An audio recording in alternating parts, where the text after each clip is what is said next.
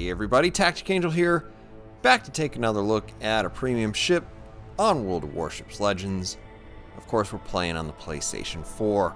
Today we're going to be taking a look at this, the Tier 5 French battleship, Dunkerque.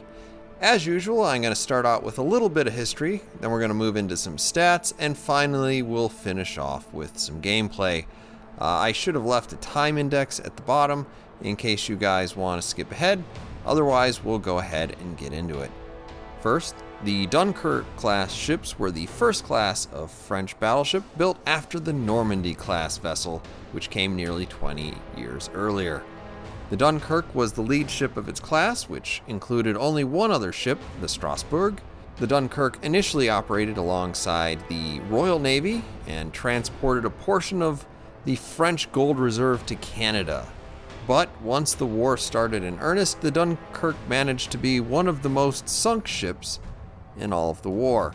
First, the French were offered the chance to surrender, but in keeping with French military tradition, individuals and small groups of Frenchmen tend to be a little bit more courageous and significantly less prone to capitulation than their collective government. Since the French at Mers de Cabir refused to surrender, the Royal Navy sunk the ship. This happened either by Royal Navy gunfire or by bomber after it was attacked by torpedoes, if not both times. This would mark the first and or second time that the Dunkerque was sunk, but because it was in shallow waters, she was able to be repaired and refloated. After that, she headed to France, where she was docked at Toulon. Upon realizing something you would think would be completely obvious, that the Germans wanted to capture the ship for their own use, the Dunkerque was scuttled by her French crew, sinking her for at least the second time. There the ship would sit until after the war, when she was sold for scrap, so ending the story of the Dunkerque. As for the ship in the game, I first want to direct you to this picture that Wargaming so beautifully released when they announced the Dunkerque.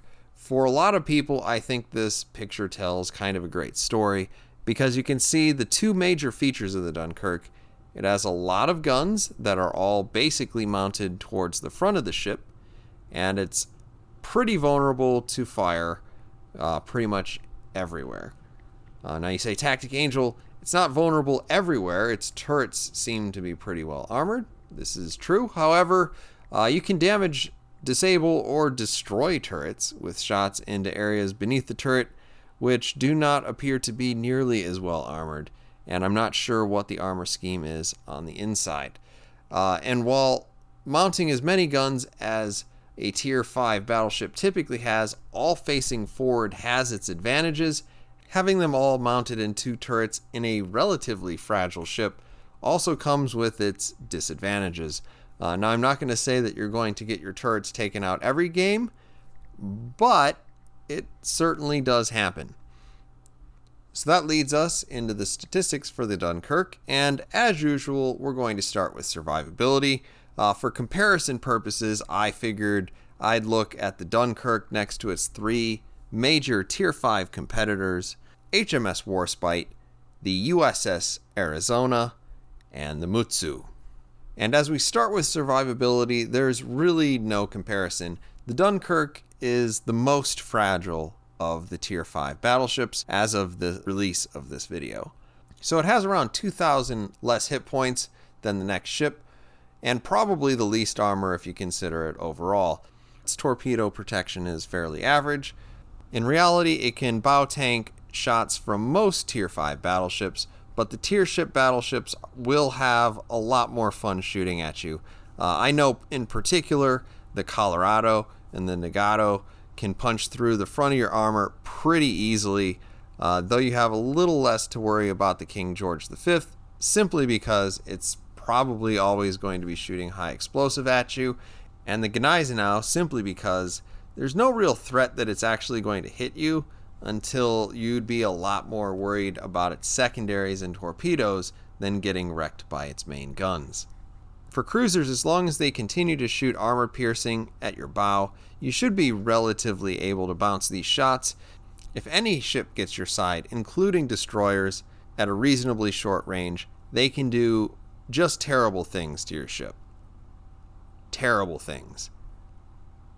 And honestly, if you're trying to counter one of these ships, if you can rush it, rushing it is probably the best choice you have, particularly if you have a friend to try to get on both sides and bracket it, because it can't bow tank both of you.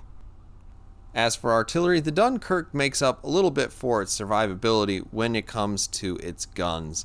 It has the second highest artillery rating among the 4 ships, and the fact that the ship has all of its main armament pointed in one direction is really a strong advantage for it, though it can be made into a disadvantage too.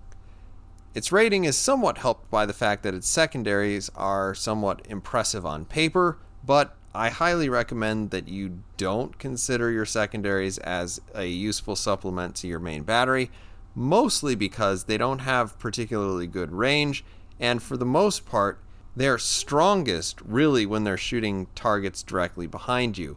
Considering you can't actually shoot your main battery directly behind you, I probably shouldn't have to tell you why it's not a great idea to rely upon them for damage.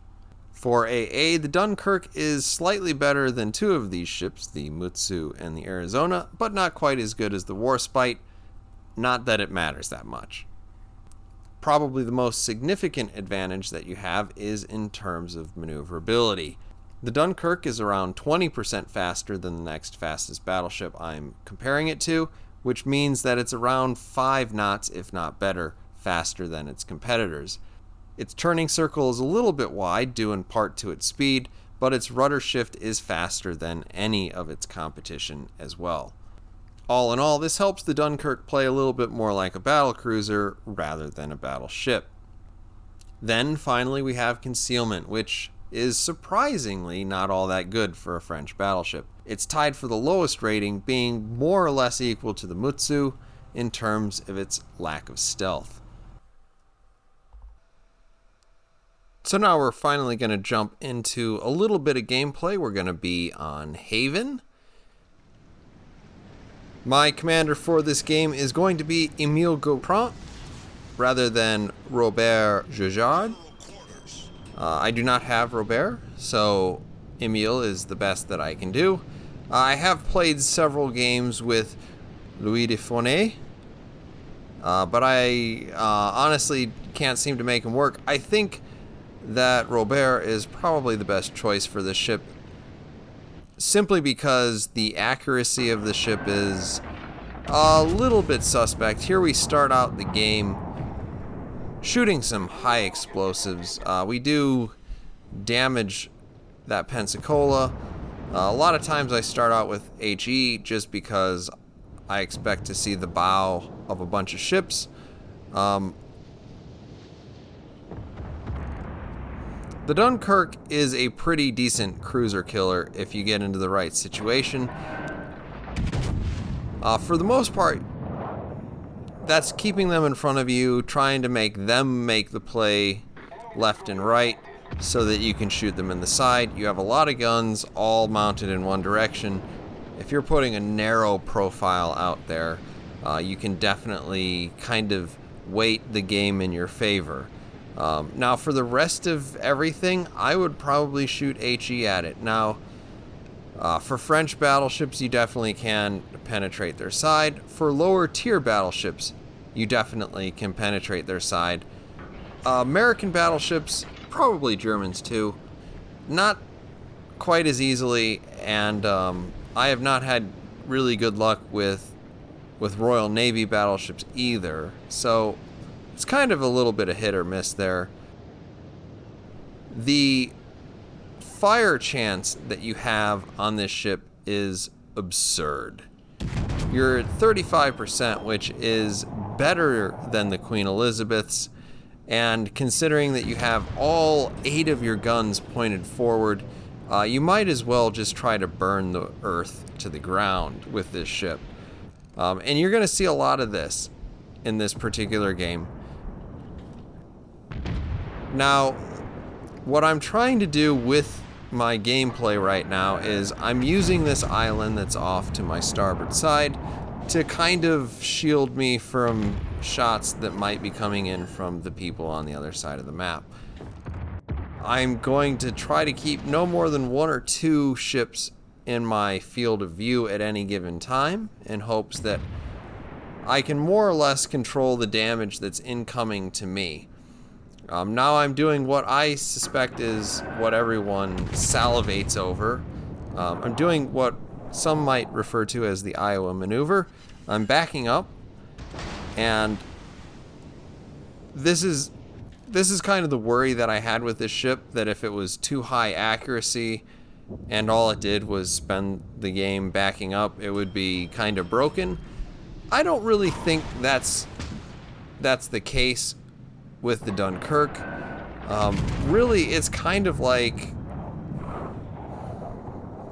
I don't know, you could almost say like an Iowa plus a King George V, in terms of it wants to bow tank, and it wants to set things on fire, and it can definitely punish cruisers. But it's not overly dominant, and your dispersion there, like you can see kind of the far edges of possibility there, and they're not real good. Now, we are doing pretty well so far in the game. We've already done around 50,000 damage, and it's only about 4.5 minutes into the game, not even, and we're continuing to put shots out there. So like, I'm controlling the engagements here, and really one of the things that you want to do if you have a Dunkirk is try to get a corridor that you can try to control, or a flank that you can kind of control, like this, which is I'm controlling the number of ships that can shoot at me. I'm controlling the angle that they can shoot at me, and then I'm trying to whittle them down from here. Those actually look like pretty good shots in terms of dispersion. Maybe not great shots in terms of my actual aim, but, you know, such is life. And each one of those shells that hits has a 35% fire chance. I'm angling in because I'm expecting the next shots to come from the New Mexico. And then I'm putting all 8 of my shots out at him again. Those again, actually really nice dispersion. We managed to set another fire, and feeling pretty good about this. We're actually kind of hoping that he burns down before he gets to fire again, and in so doing, I've kind of offered him a lot of my side. Now, thankfully, I was not disappointed in my choice to do that, because you see he died there. And now we're going to start centering in on this Queen Elizabeth. Queen Elizabeth has around a 1% less fire chance, which is still very high, but in order to do so, the Queen Elizabeth has to basically give you the side of its ship. I'm presenting a much better angle to that QE, and you see, again, the dispersion there is kind of all over the place, but we land some shots intentionally high into the superstructure, and he's on fire again. So that's going to continue to tick up the damage, and this is a lot of what I prefer to play in terms of the Dunkirk. Now, if I had more opportunity to actually shoot at a cruiser, I'd probably be shooting a little bit more AP. As it is, what we see here is yet another battleship straying into the area, and this is kind of where I found is like the money-making possibility for the Dunkirk. I'm going to shoot over there. I'm going to check to make sure that my fire is still going on the QE. We get one started on the New Mexico. If he burns his damage control, that's great. If he doesn't, it really doesn't matter. I'm going to shoot at the QE to get, you know, the roast going over there as well. So it looks like he has managed to dodge some torpedoes. I put another set of shells out there. We get some hits, but, you know, no no actual fires, which is unfortunate. And we're slowly creeping towards the base. As we look back to the New Mexico, it looks like he's put out his fire. I'm going to guess that that was because he used his damage control. So since his damage control is more freshly used, I'm going to set him on fire again. He's given me like a really big broadside, so I'm able to do that pretty easily. And now I'm looking back over to the QE to try to kind of do the same thing over there.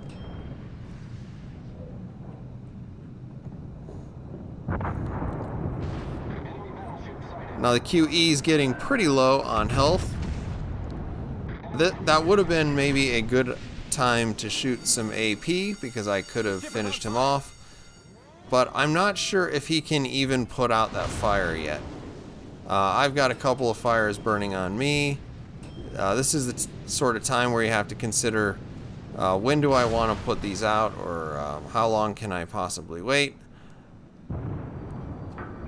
And then all of a sudden I'm reminded from across the map not to give my broadside to anybody. And that's kind of the story of the Dunkirk. Things can go wrong for you pretty quickly if you give the enemy team the opportunity to really exploit your sides. In this case, I'm not 100% sure that that person wasn't gunning for me intentionally, considering the relative range of his several targets that he can probably see.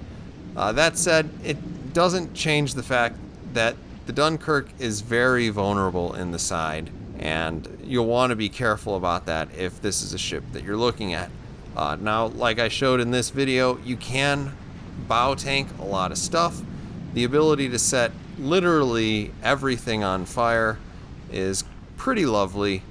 If you're a King George V player and you like that, maybe this ship appeals to you. If you're not, well, there are other battleships that even I enjoy playing quite a bit more. In any case, we go on to win this game. Here we see we racked up 118,000 damage. You see the amount of credits that I earn, which actually isn't all that high. We get a decent chunk of experience. We're going to go ahead and show where we landed in terms of the overall team. Not too terribly bad. 2,380 experience. Looks like that Koenig was doing the Lord's work just behind me.